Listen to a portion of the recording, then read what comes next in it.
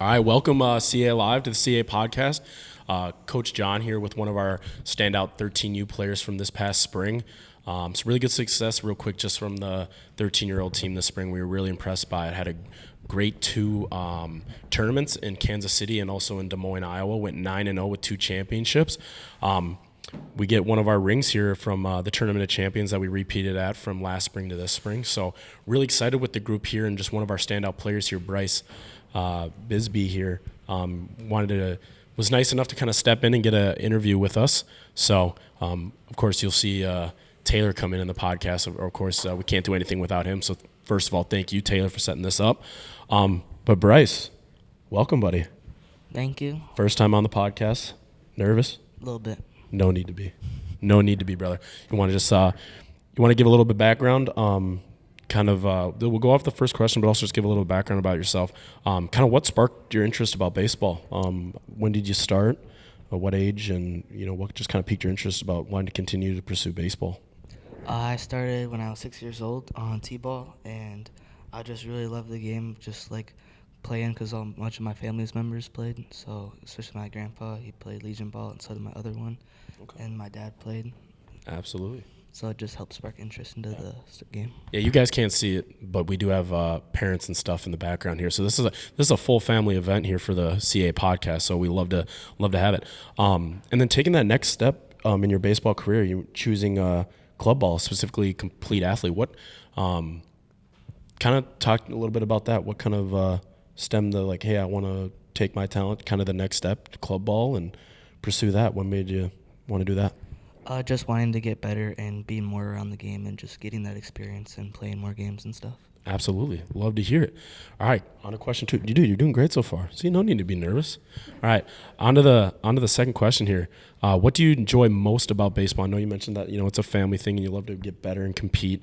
But what do you think is the best part about your individual part of baseball, but also a team aspect that enhances your experience?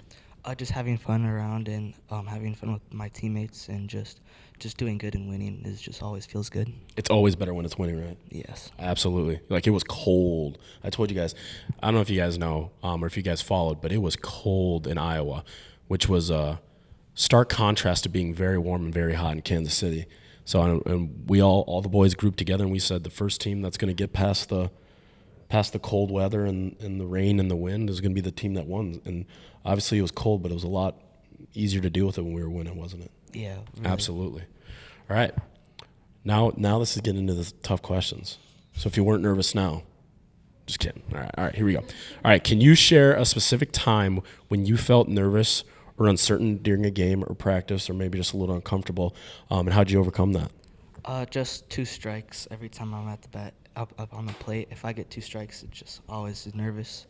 I just try to make sure that I don't let the ump decide if I'm out or not and just swinging. Absolutely. If we're going to go down swinging. Oh, absolutely. Yeah. We always talk about that. Don't leave it into the umpire's hands, right? If you're on a 2-strike approach, just getting your defensive swing that we practice, which is one thing that we were really impressed by this 13-year-old group, the way they were able to adapt not only in-game but in mid-at-bat and 2-strike approaches. I think not only you but your team from 1 to 12 was really impressed by. Us coaches were really impressed by, I should say. So obviously a lot of things went well for us, as I mentioned, 9-0, winning a couple championships, but we had some tight games, and there were spots where we were down and had to crawl back. Maybe got into some tight situations early in the game for whatever reason. Maybe it was a good hitting team or we had some errors and stuff. So next question is, how do you support and encourage your teammates both on and off the field maybe when things aren't going well? Just staying positive and just keeping in contact and just talking to them and not being quiet and just being outgoing to my teammates and kind. Absolutely. You're outgoing? A little bit. When you want to be? When you want to be? Right on. Right on, man. Right on.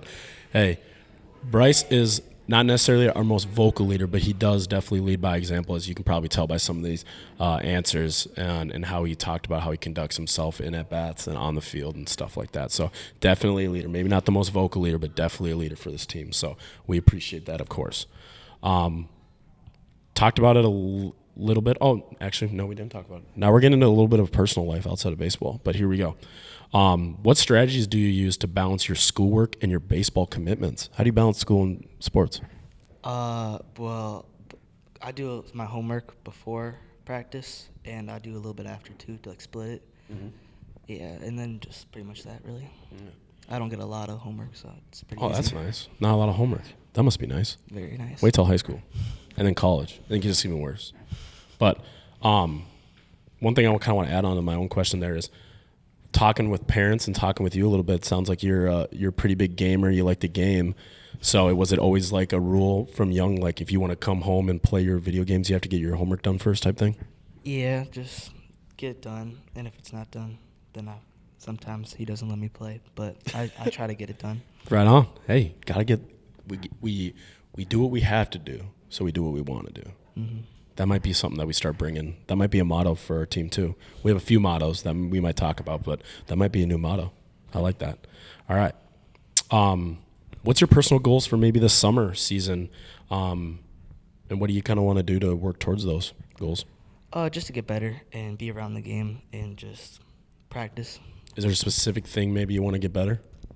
Probably the outside pitch, just struggling on that curveball on the outside. Sometimes I just swing and miss. Yeah, just as we're one. kind of getting into those older age groups, you guys are going to start seeing more off speed, not necessarily just heavy fastball. Yep. So getting used to that. Absolutely. All right. So describe a situation where you had to adapt to a new coach's instruction. So obviously I was a new coach. Maddie was a new coach. Yeah. All coaches, I can speak for it, has different coaching styles. So there's some things you have to adapt to. Mm-hmm. So how did you adapt to new coaching or a new playing style? And just how did you approach it? Made it easy transition. It's pretty easy. I just listened and showed respect and just trying to stay communication was really a big thing. This is music to my ears. This is all what a coach wants to hear. I just listen, do what I was told to. It's like a parent. That's all I just want. No, it's fine. All right. What role do you see yourself playing within this team as we continue? As we mentioned, we want to grow this 13U team and keep them together for as long as possible. Hopefully in spring and fall ball, and then when you guys get older into summer ball and maybe in winter ball. So as this team continues to work together and continues to grow together, how do you kind of see yourself playing within this team, and what's your role? I'd like to just be a good teammate and be kind and positive and just try and help out the team in any way I can. Okay. What's like a specific, maybe like baseball specific thing that you're going to be in? Like, I'm going to be the guy that always, like when you put me on the mound, I'm just going to be a dog. Or in the outfield, I'm just going to be the most reliable guy. Like my pitcher knows that if a ball's hit my direction, I'm getting it. Or maybe, I'm going to be the guy in the heart of the lineup always giving good at-bats. Maybe is there a role like that specifically that you see yourself playing? Just always trying to get on base. Always getting on base. This is a fast guy, CA podcast. This is a fast dude. So when he gets on the bases, he can cause some hecticness for sure. So, all right, 2 more. We doing all right so far? Yep. All right. Number 9 out of 10 questions here. Can you talk about a challenging moment in a game or practice and you preserve through it? I know we kind of already talked about that, but there's a specific moment, maybe this in like one of these spring games. Can you pick out a specific moment or a specific game that you were like, uh-oh? Yeah, in the second game in Iowa, I had a couple strikeouts, and I just wanted to come into the third game just trying to do better on Sunday and just preserving and just not staying down on myself. That kid was throwing hard in that second game. Yeah. Really hard. He had some good velocity. Took a while for us to adapt to it. But so maybe another thing we got to work on a little bit, like training velocity and stuff, because that kid was throwing hard. But I think we did adapt well. What's our technique when you have a fast pitcher? You're going to be a little late on him. What's maybe your thought process at the plate? Like, oh, this guy's throwing fast. What's your thoughts? Just trying to think about being late and just hit it left outside, hit it away. Absolutely. Think about being late, hitting the other way. He throws you that outside pitch, say thank you, and just drive it the other way. Absolutely. All right, last question here, man. You're doing great. Just overall in sports and in life, how do you stay motivated and focused, especially through when things are tough? So maybe it's a tough game, or, we haven't had experience as a team, fortunately, but maybe it's a tough loss. Maybe, school, you all of a sudden do have a ton of homework. Just what do you do to stay motivated and focused and work through those tough moments? I just try to think that in the long run, it doesn't matter if I don't do it. So I should probably just get it done, because what's the point of not doing it? Because just mentally being tough and just going through it.